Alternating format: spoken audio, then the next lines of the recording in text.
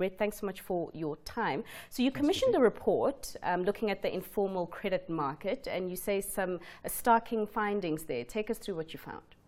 So primarily we had a thought around what we thought the informal credit market would look like, what Mashonisas would look like.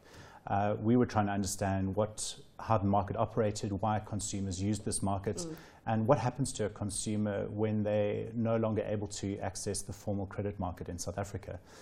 In our report, we certainly had a stereotype in our mind around what a Mashonisa looked like. Sure. We thought that they a loan shark for the viewers who don't know what that is. For any viewer, a Mashonisa is the colloquial term used to describe a loan shark that operates within the informal communities in South Africa. And we had a vision in our head that this was a very big, strong man that operated very, very poorly in the market. We certainly found that there were some practices that happened that are probably not ideal. Things like the level of the interest rate that they charge is up to 50%. Consumers typically take loans between around 500 to 1,000 rand, so it's really short-term credit that they're taking. And if a consumer takes a loan for 500 rand, he's going to be repaying 750 rand, regardless of the term of that loan. But typically the loans operate in a range of about 7 to 30 days. We did also find that some of the practices, particularly around applying for credit, is fairly humiliating for consumers. What do you mean? So for a consumer, for them to go and access a loan, it's rooted in a sense of power. Whether they go into Mashonisa's home, they may be required to sit outside their home and wait to be called in. If they go in and apply for the loan, they would tend to have to look down and be quite subservient. And one respondent that we interviewed even spoke about having to greet the dog. So there's a distinct amount of power that takes place in the granting of credit in this space. And I suppose the third point that is maybe not ideal for this market is the collection practices. Mashonisas certainly describe themselves as not, they can't afford to be seen as being weak because weak Mashonisas don't survive. So, those were some of the negatives and certainly things that are commented on in the media quite frequently. But when we went into the research, we identified and we interviewed, a number of Mashonisas in this market.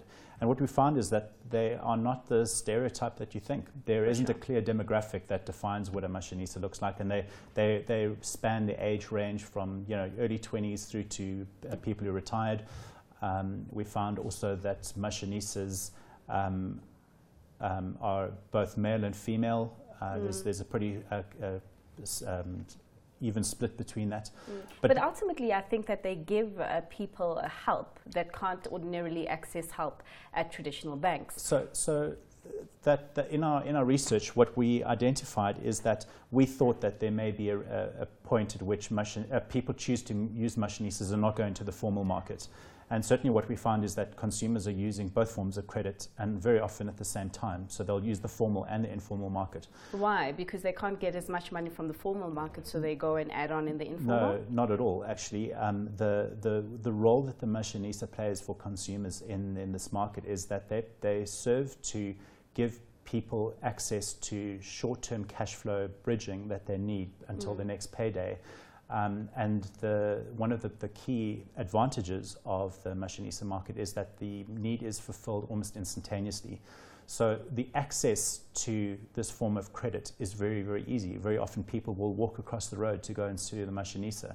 And consumers spoke to us about the contrast to accessing the formal market. There are some negatives in the formal market, as in they need to travel to that consumer, to the lending institution. There's a cost involved for them to get to that institution. And so the proximity to where they are is very easy to get to. So what are you saying here? I mean, as I understand, your study looked at 40,000 Mashonisas. So are you saying that there's an opportunity there to maybe look at formalizing this market? Is there a commercial opportunity for both lenders and also consumers? So our study identified that the ratio that we have identified is approximately 1 Mashonisa for every 100 households. And we're estimating in the market there's at least 40,000 Mashonisas. That's 40,000 people that are employed and are earning an income. as we look at this market, the reality is that you're not going to be able to regulate this market in the traditional sense of the word. Technically, they already are regulated. They're supposed to be regulated under the NCA, but they operate illegally.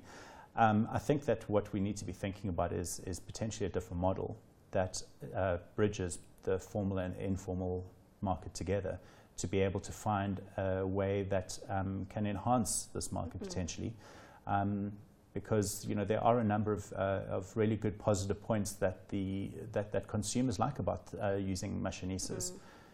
It's very easy to access. There's very little red tape for consumers to go through. The pricing structure is extremely simple, and consumers really like that. And most importantly, consumers are able to get access to funding, which they typically need for very urgent reasons, very, very quickly. And so I think once we understand why people are using this this informal market, I think it does raise questions for us as formal lenders, how we best could either mirror some of those good points that are coming through in the study, or how we could participate better. But so creating shared value for all there. Correct. Brett, we're going to have to leave it there. Thanks so much for your time. That was Brett van Aswegen, who is the CEO of Wonga South Africa.